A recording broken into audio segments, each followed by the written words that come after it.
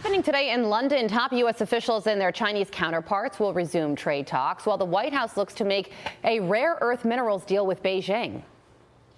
The central focus of these discussions has to be on something that we've been talking about for a couple of years, which is that China has, going back almost 3 decades, had a very strategic long-term strategy of cornering the market for critical and rare earth minerals. And in process of doing it, it's not just a U.S.-China problem, it's China versus the world. They're controlling over 85% of the processing. Heritage Foundation research fellow E.J. Antoni joins me now. E.J., good morning to you. So when it comes to these trade talks today, we were at 145% tariffs, now down to 30%. So realistically, what can be accomplished today?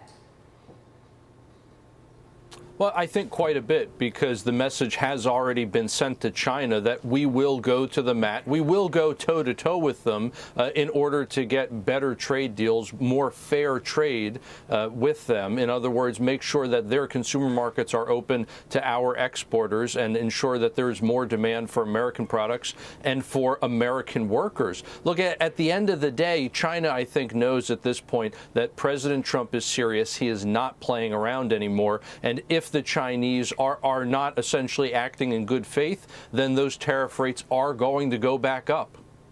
And you just heard Doug Burgum there. He's talking about how the United States wants to make a rare earths minerals deal with China. Do you think that that is a good idea? I mean, maybe in the short term, but should we be relying on China for rare earths in the long term?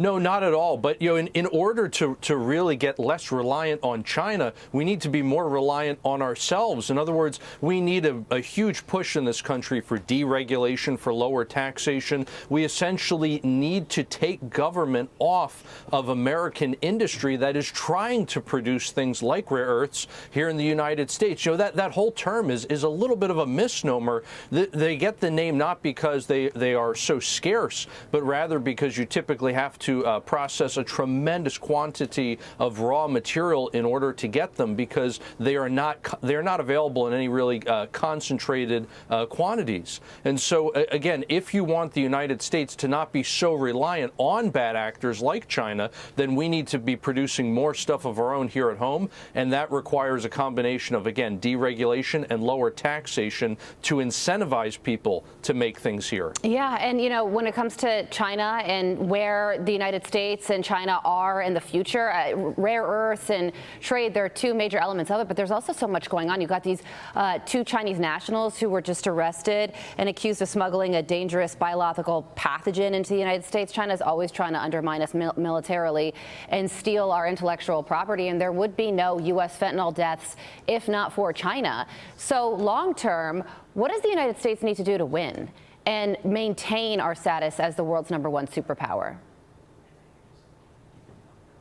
Well, Carly, kind of, I guess, piggybacking on the last point, you know, national security is really based on economic security. Military might is based on economic might. The whole reason the United States was able to win so decisively in World War II and give so much help to its allies was the fact that it was the world's biggest economy. And by the end of the war, we were producing more than the other 5 major belligerents combined. So it's the exact same formula here to win, I think. In other words, in order to really beat the Chinese Communist Party and in order to get trade deals good trade deals with everyone around the world, whether friends or enemies, you still have to have a strong domestic economy. And again, that means that the United States needs to let private industry do its thing and to be productive, and that means getting out of the way. So less taxation and less regulation. A lot riding on these trade talks, CJ, and they will resume in London today. Thank you so much for joining us this morning. I'm Steve Doocy. I'm Brian Kilmeade. And I'm Ainsley Earhart. And click here to subscribe to the Fox News YouTube page to catch our hottest interviews and most compelling analysis.